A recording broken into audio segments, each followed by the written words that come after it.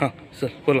नमस्कार, मी डॉक्टर कैलास खंडेश्वरराव जवादे. मी मुंबईहून आजच्या या कार्यक्रमासाठी आलेलो आहे.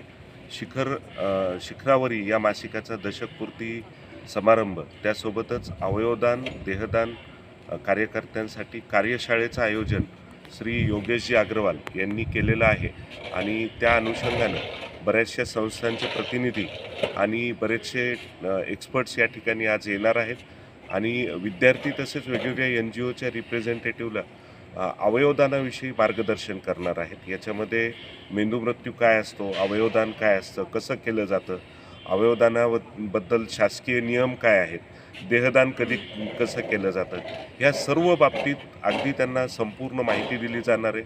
त्यासोबतच क्रिटिकल केअर म्हणजे जेव्हा एखादा व्यक्ती मेंदूमृत बनतो तर त्यावेळेस नेमकी काय परिस्थिती असते, त्याचं समुपदेशन कसं करायला पाहिजे, त्या रुग्णाला काय काय प्रॉब्लेम असतात, त्यांना अवयवदानासाठी कसं तयार करायला पाहिजे, याबद्दलसुद्धा या कार्यशाळेमध्ये विद्यार्थ्यांना आणि जे कोणी येणार आहेत त्यांना मार्गदर्शन केलं जाणार आहे.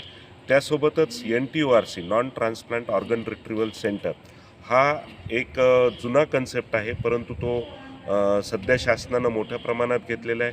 कुठलंही 25 बेडचं रुग्णालय जिथं 5 ICU बेड आहेत आणि एक ऑपरेशन थिएटर आहे, त्याला non transplant organ retrieval centre म्हणून शासन मान्यता देतं आणि अशा रुग्णालयामध्ये, अशा 25 बेडच्या रुग्णालयामध्ये एखादा जर मेंदूमृत रुग्ण आढळला तर त्या रुग्णाचं रोगनिदान करून, त्याचं समुपदेशन करून, त्याचे अवयव काढण्यापर्यंतच्या सगळ्या प्रक्रिया त्या ठिकाणी पार पडता येतात आणि त्यामुळं अशा पद्धतीचे NTORC महाराष्ट्रामध्ये कित्येक होऊ शकतात आणि ते जर झाले तर महाराष्ट्रामधील अवयवदानाचं प्रमाण खूप मोठ्या प्रमाणात वाढू शकतं आणि जे गरजवंत आहेत, हजारो रुग्ण आज अवयवांच्या प्रतीक्षेमध्ये आहेत, त्यांना अवयव भेटतील आणि खरोखरच महाराष्ट्र या क्षेत्रामध्ये अग्रगण्य राज्य बनेल. तर त्यासाठी हा एक प्रयत्न आहे आणि त्यासाठी आज आम्ही सर्वजण या ठिकाणी एकत्र जमलेलो आहोत. धन्यवाद. ठीक.